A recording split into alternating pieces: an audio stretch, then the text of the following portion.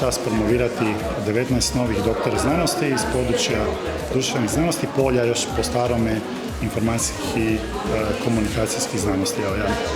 Ja vjerujem, to je ono što smo u posljednjih 3 godine uspjeli završiti kandidata, ja vjerujem da je to jedan značajan broj kandidata koji će značajno doprinijeti i razvoju sveučilišta, vjerujem i naše regije i zajednice u cjelini. Koprivnica, Varaždin, Sjever neupitno postaju mjesto znanja, mjesto mladih ljudi.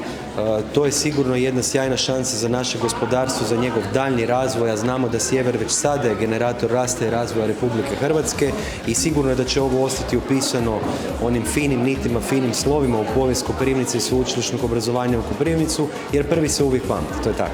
Odlučila sam se upisati doktorski studij kao prva generacija i zaista sam oduševljena sa cijelim procesom, sa pratnjom koju mi je dalo Sveučilište Sjever, moja mentorica i podrška cijelog sustava.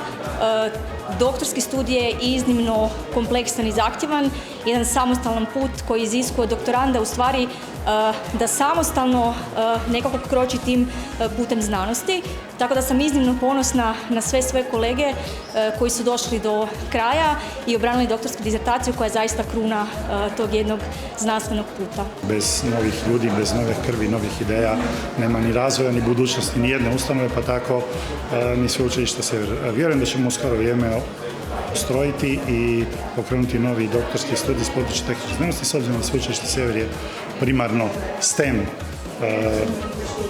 sveučilište i veliki broj studenata, odnosno gotovo 92% su u tehničkom i biotehničkom području znanosti, tako da i tim kandidatima koji su završili prvu i drugu razinu visokoškolskog obrazovanja trebamo ponuditi mogućnost nastavka studija na doktorskim studijima.